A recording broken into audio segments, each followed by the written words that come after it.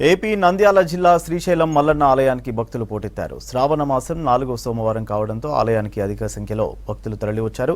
కృష్ణాష్టమి సందర్భంగా ఆలయంలోని గోవులకు, దూడలకు శాస్త్రోక్తంగా పూజలు నిర్వహించారు ఆలయ అర్చకులు. స్వామివారి దర్శనం కోసం 6 గంటల సమయం పడుతుందని ఆలయ అధికారులు తెలిపారు.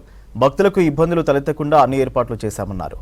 క్యూ లైన్లలో వేచి ఉన్న వారికి పాలు, అల్పాహారం, మంచినీరు అందిస్తున్నట్టు ఆలయ ఈవో పెద్దిరాజు తెలిపారు.